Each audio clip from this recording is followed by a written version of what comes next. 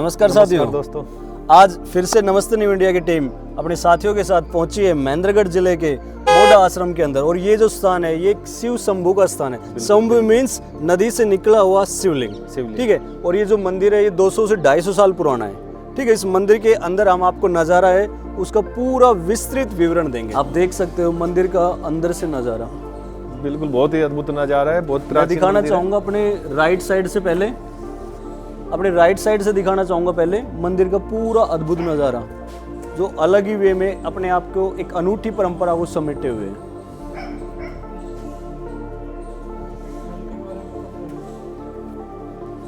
दोस्तों, मंदिर के अंदर जैसे एंटर होंगे आप, एक बहुत बड़ा घंटा लगाया गया है, आने वाले वक्त बजाते हैं। और एक सामने भी लगाया गया है ऐसा, हर हर महादेव, जय श्री शंकर। मंदिर एक ऐसे स्थान पर बना हुआ है जो शहर के थोड़ा सा आउटकिट्स में बाहर की साइड है, ठीक है। और यहाँ पर ऐसा बोला जाता है कि प्रतिदिन 2 से 2,500 दर्शनार्थी शिव शंभू के दर्शन करने के लिए जय श्री शंकर, जय श्री शंकर, जय भोलेनाथ। जैसा कि आप देख पा रहे हो ये जो शंभू का निशान है सामने आपको, बिल्कुल ये खुद यहाँ से नदी से प्रकट हुए शंभू, बिल्कुल, ठीक है। और यहाँ पर प्रतिवर्ष श्रावण मास में, ठीक है, या जो भी शिव से रिलेटेड दिन रहते हैं उन दिन इनकी भव्य पूजा होती है। और ये बाद में विराजमान शिवलिंग है। सामने नंदी जी महाराज बैठे हुए, और ऐसा माना जाता है कि महाराज के कान में कुछ भी बोला जाए तो वो बात शिव शंभू तक बहुत जल्दी पहुंचती है। कुछ प्रयास करेंगे, कुछ इनके कान में बोला जाए, हर हर महादेव। और मैं अपनी टीम से कहना चाहूंगा मंदिर के अंदर का भी थोड़ा नज़ारा दिखा दिया जाए। एक विशाल का त्रिशूल लगी हुई है, चांदी की त्रिशूल लगी हुई है। दोस्तों, मंदिर परिसर के अंदर देख रहे हो पूरा शिव परिवार को स्थापित किया गया है। इधर मैं दिखाऊंगा, गणेश जी है सामने, और ये कार्तिकेय है, और इधर गणेश जी का है।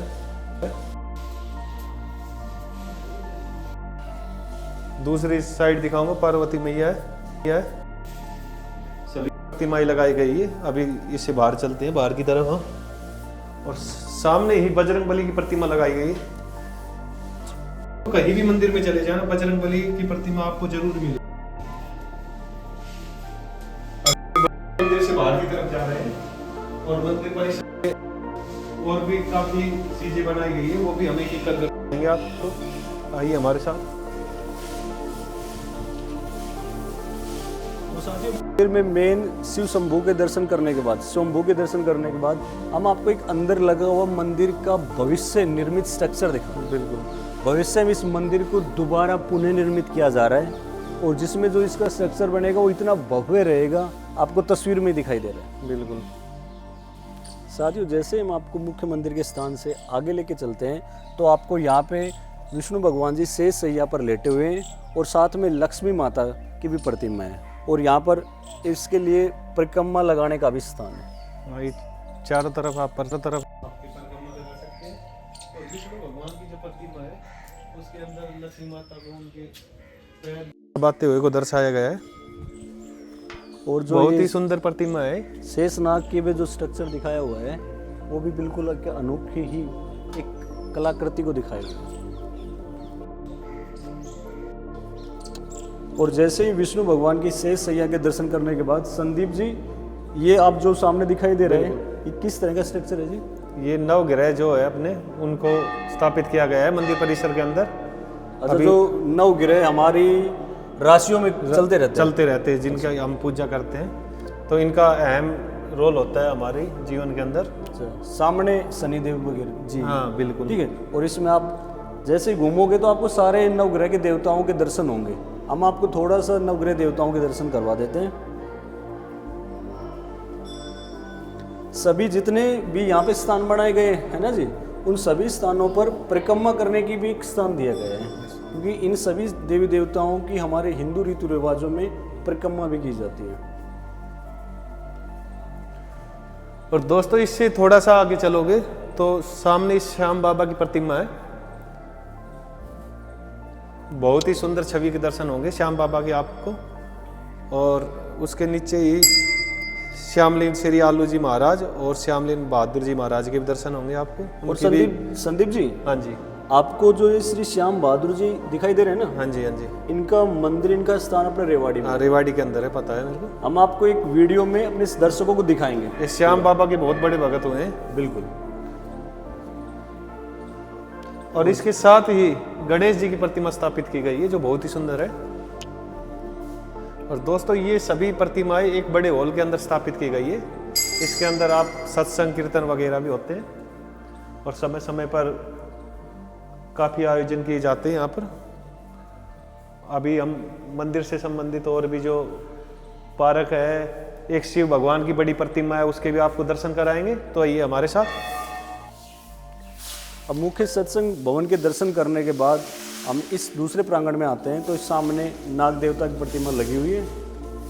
हमारे जो हिंदू रीति रिवाज हैं, धर्म है, उसमें नाग को भी देवता के रूप में पूजा जाता है क्योंकि भगवान शंकर के गले में हमेशा विराजमान रहे हैं। और इसी के साथ जो अपने समुद्र मंथन हुआ था उसमें भी नाग देवता का ही प्रयोग किया गया था उस के पानी को मतने के लिए।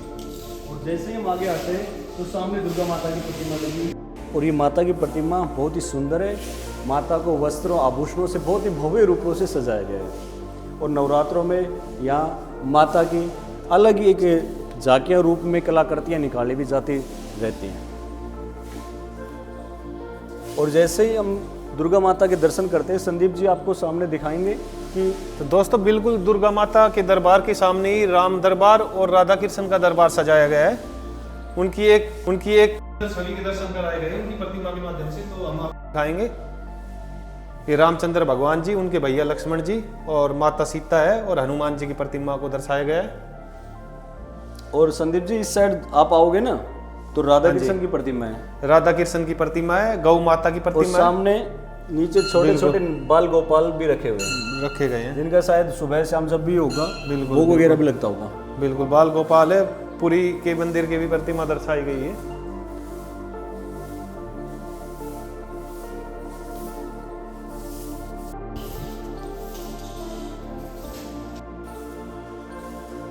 और दोस्तों इसके साथ में ही संतोषी माता का भी दरबार सजाया गया है, उनके भी दर्शन कराएंगे। बोलो संतोषी मैया की जय हो। सभी भक्तों को सुख शांति देने वाली है माता।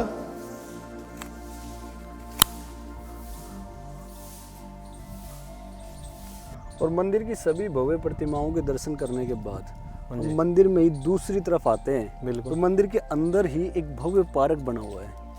तो आप पार्क में देखोगे तो ग्रीनरी से पूरा भरा हुआ है। बिल्कुल बिल्कुल। और इसी के अंदर एक भव्य शिव मूर्ति भी लगी हुई है, जिसका दर्शन हम आपको अभी पूरा ड्रोन व्यू से दिखाते हैं, क्योंकि ड्रोन से इसकी सुंदरता अलग ही बन जाएगी।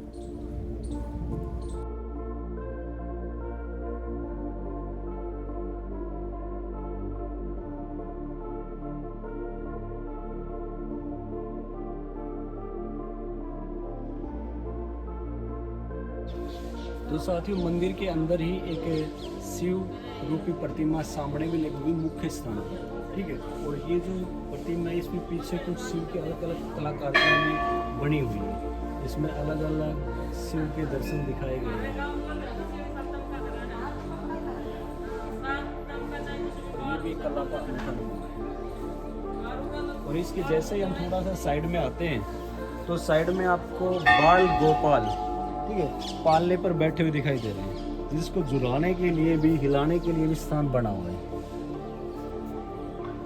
मैं अपने साथी से कहूँगा कि वो इनको दिखाई अच्छे से कि बाल गोपाल को झुलाने का स्थान है। दोस्तों जैसा कि आपने देखा, अभी हमने भोले बाबा के मंदिर में दर्शन कर लिए और जैसे ही हम मंदिर से बाहर आए हमें भाई मिले हैं, तो ये हमें बताएंगे मंदिर के बारे में। नमस्कार सभी दर्शकों को। मेरा नाम जितेंद्र शर्मा है। मैं प्रतिदिन इस मंदिर में आता हूँ। अच्छा जी। लगभग पिछले 35 वर्षों से मैं इस मंदिर में आ रहा हूँ। बचपन में पापा के साथ आता था। अच्छा जी। ये जो महादेव का मंदिर है काफ़ी पुराना है, लगभग 200 साल पुराना माना जाता है। अच्छा अच्छा। जो आप ये देख सकते हैं मेरे पीछे नदी का पार्ट रहा है। अच्छा। और ये जो भोलेनाथ का जो मंदिर है इसमें शंभू है। अच्छा। शंभू मीन्स जो अपने आप प्रकट हुए वो। तो अच्छा। जिसमें दो शिव, छोटे वाला शिवलिंग है ये अपने आप प्रकट हुआ था, और अच्छा। जो बड़े वाला शिवलिंग ये बाद में यहाँ के जो भक्त आते थे उनके द्वारा स्थापित किया गया है। अच्छा। इसमें भगवान शिव का पूरा परिवार है। अच्छा। इसके साथ साथ इसमें काली माता का मंदिर है, देवी जी का मंदिर है, और अच्छा। भगवान विष्णु का मंदिर है, शनि महाराज का मंदिर है। काफी सारे मंदिर इसके अंदर है। अच्छा। इसके साथ आप देख सकते हो ये पूरा लगभग 10 एकड़ में है। इसके जो दाहिनी साइड है वो का एरिया है, और उसके बाई साइड में है जो एक जो शिव पार्क निर्मित किया गया है दर्शकों के द्वारा। जो भी यहाँ श्रद्धालु आते हैं साल के अंदर 2 मेले लगते हैं। एक जो महाशिवरात्रि का दिन आता है, उस दिन भगवान भोलेनाथ की जो हम कहते हैं कि शादी विवाह हुआ था, तो उस दिन बड़ा ही भव्य मेला लगता है। यहाँ पे बड़ा भव्य श्रृंगार होता है। इसके अलावा रोजाना इस मंदिर के अंदर एक टीम बनी हुई है भक्तों की, जो रोजाना भगवान महादेव का श्रृंगार करते हैं। इसमें सुबह शाम को अगर हम बात करते हैं लगभग 2 से 2,500 लोग प्रतिदिन इस मंदिर में दर्शन करने के लिए आते हैं। ऐसी आस्था है लोगों की कि जो इस मंदिर में बड़े निष्ठा और सेवा भाव से आता है, भगवान की मनोकामना अवश्य पूर्ण करते हैं। इसके साथ एक मेला लगता है जो सावन मास आता है, जब शिवरात्रि आती है, तो लगभग यहाँ पे 300 से 400 डाक कावड़ लेके आते हैं। बड़ी श्रद्धा से गोमुख से या हरिद्वार से, ऋषिकेश से डाक कावड़ उठाते हैं, और विभिन्न एरिया से यहाँ पे डाक कावड़ चढ़ाने आते हैं। तो ऐसी मान्यता रही है। तो दोस्तों भाई ने बताया कि जो ये मंदिर है शिव का, इसकी स्थापना लगभग 100 से 150 वर्ष पहले हुई थी। शंभू शिवलिंग जो है वो कृत्रिम है, नहीं कि मानव निर्मित है।